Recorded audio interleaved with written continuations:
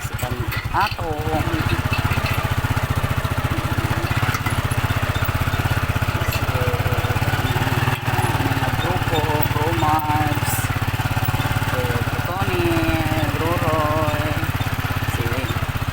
Gapoy.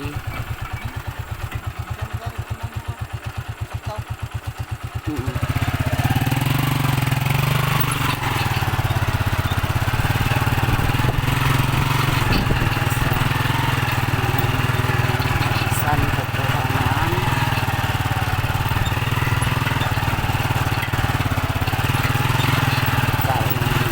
baka.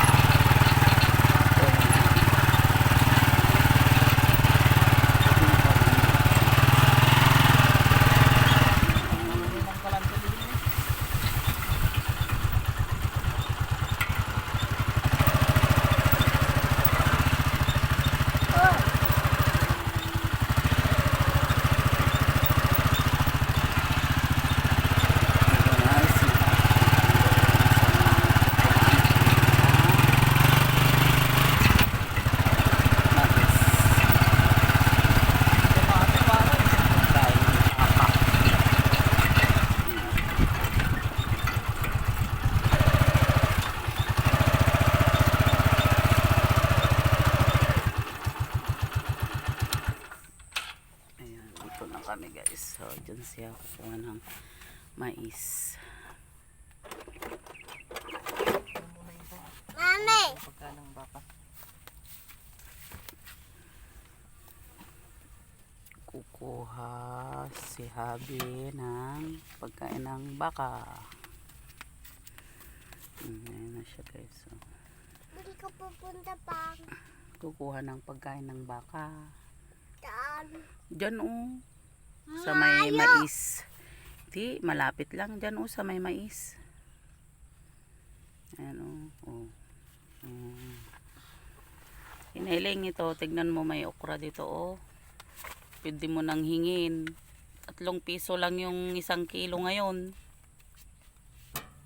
Kung sa bagsakan ng benta daw 5 piso, pero pag binayaran na yung mga nagtatanim ng okra 2 piso, kaya 3 piso na lang.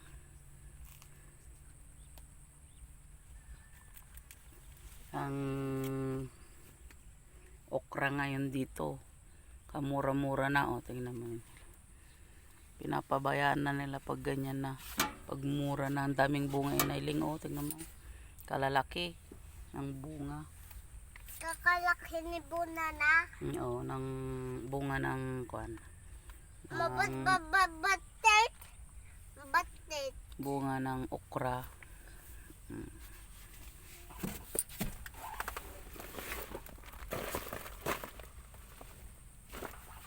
Natatapa ba tayo dito sa may tricycle? Halika Ethan, lakad tayo papunta dito. Dali, dali. Ayan. Hindi. Doon nanti. Ayan okra kalalaki na ng mga bunga niya. Hindi na napipitasan kasi mura lang. Mura yung okra. Kaming bunga Batit si Buna na pa. Batit si Buna na pa. Batit. Ito naman yung pinagkukuhanan nila ng mais, pagkain ng baka. Andun silang kumukuha. Pagkain ni manok yan. Pagkain ni manok. Kaya nga, pagkain din ng manok pag na yung mais.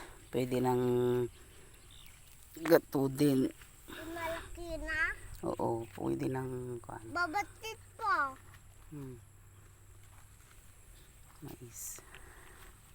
Ito yung ginagawa nilang pagkain ng baboy. Itong mais na to. Pero yung mais na tanim namin doon, pwedeng kainin. Malapit na Malapit ka! ayan guys. Pero si Habi andun sa kabila guys. Doon sa kabila. Ayun. Doon siya sa kabila.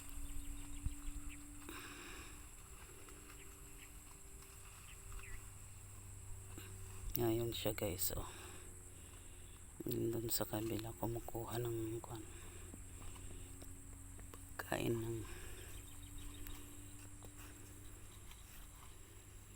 pagkain ng baka.